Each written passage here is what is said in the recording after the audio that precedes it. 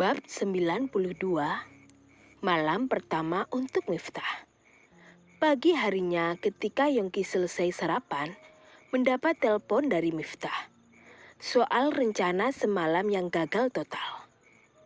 Yongki langsung meletakkan kembali tas kerjanya dan menghampiri istrinya. Sayang, kamu kalah telak. Akan aku tagih 3 rondenya. Ucap Yongki tersenyum penuh kemenangan. Apa? Bagaimana bisa Om Bintara tidak tertarik? Padahal Umi Selasi sangat cantik. Baik hati dan pandai mengaji. Pekik Indria heran. Aku tidak peduli itu. Yang aku bahas sekarang adalah mana 3 rondeku. Sela Yongki. Kan sudah waktunya kerja. Sana buruan berangkat, nanti telat. Ucap Indria gugup. Aku nggak mau kerja. Aku ingin ibadah saja. Bukannya membahagiakan istri juga termasuk ibadah. Balas Yongki nyengir. Kebetulan pagi itu Arjun sudah tidur nyenyak setelah dimandikan. Sehingga Yongki bisa bebas membawa istrinya masuk ke kamar. Indria tidak habis pikir.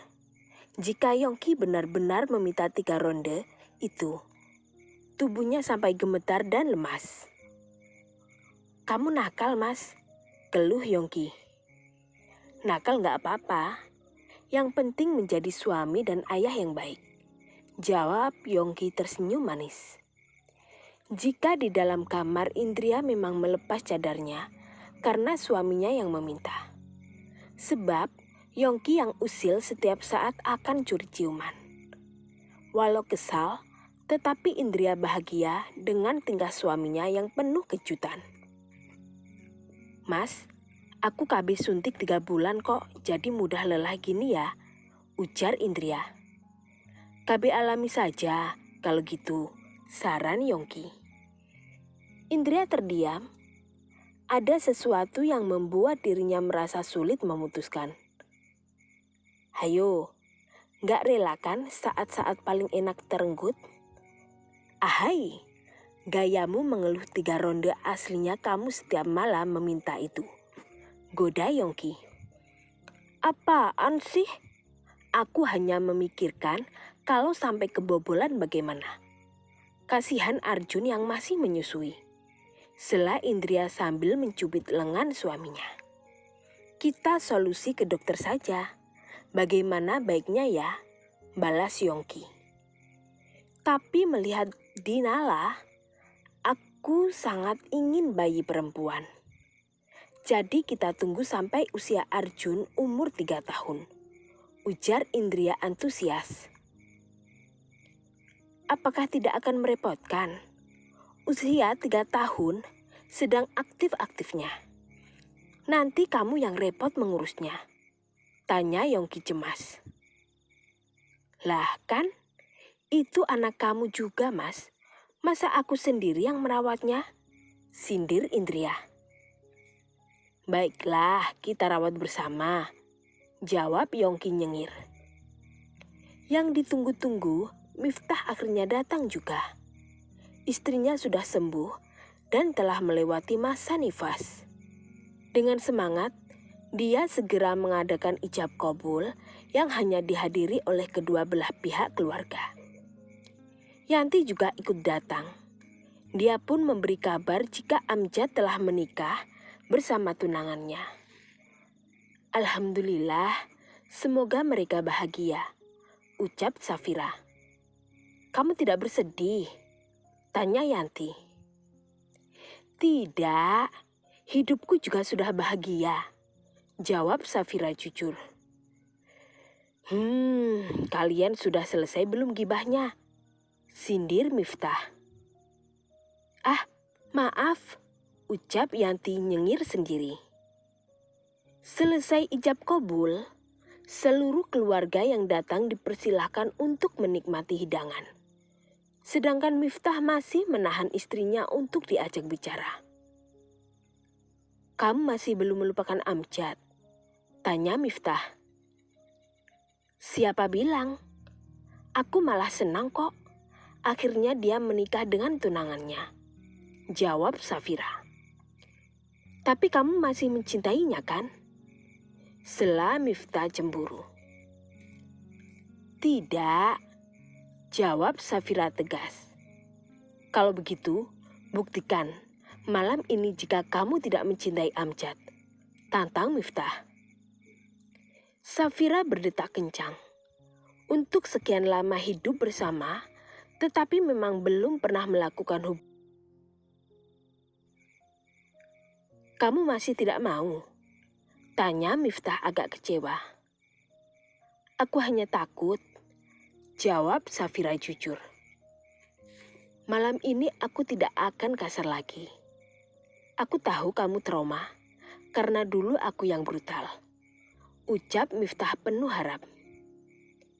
Safira hanya tersenyum, mencoba memberanikan diri dan tidak ingin mengecewakan suaminya.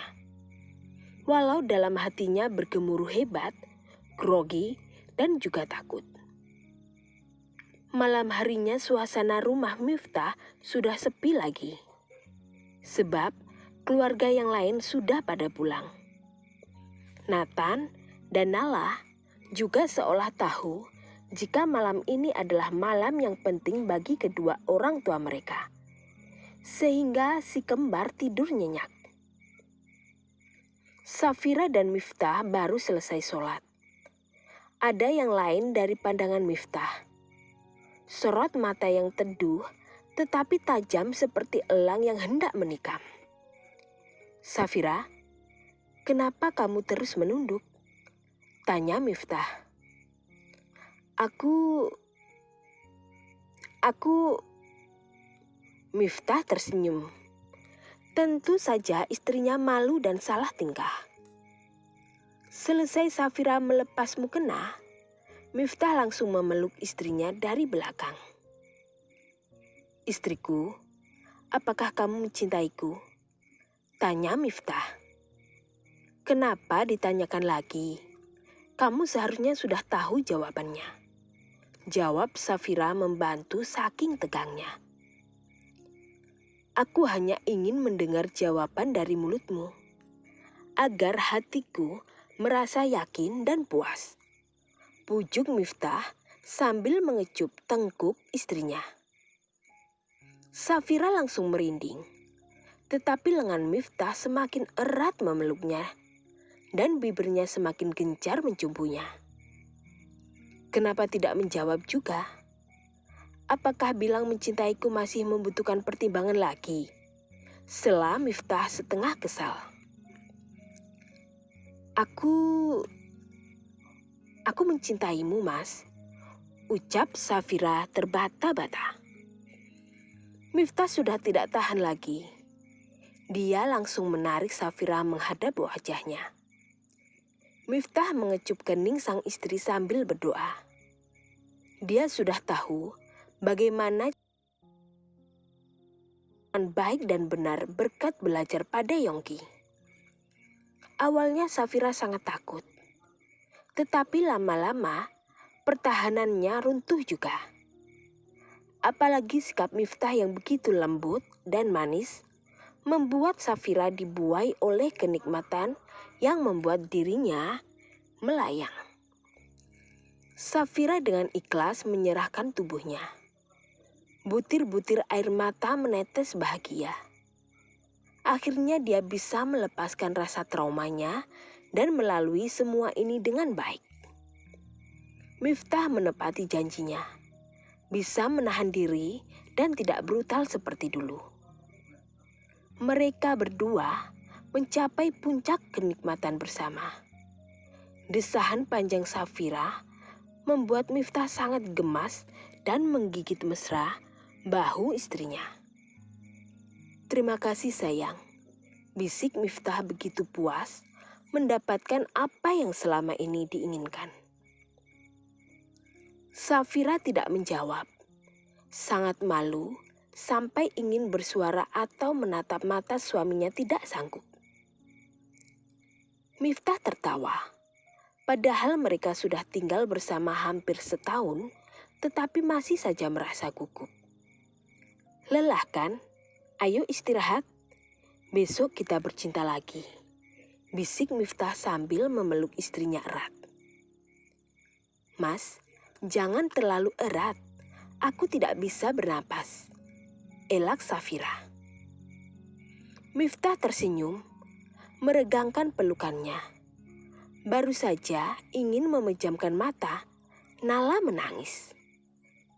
Aku lelah, Mas, keluh Safira. Iya deh, tapi aku tidak punya ASI loh, jawab Miftah. Bawa aja kemari, ucap Safira. Tepat setelah Nala tertidur lagi, gantian Nathan yang terbangun dan menangis minta ASI. Memiliki 2 anak memang melelahkan, tetapi juga bahagia luar biasa. Besok pagi saatnya Nathan dan Nala imunisasi. Aku mau berangkat bersama Kak Indria, ucap Safira. Kebetulan besok aku ada rapat penting. Tapi bawa 2 baby sister ya, biar kamu tidak kerepotan. Saran Miftah. Iya Mas, jawab Safira patuh.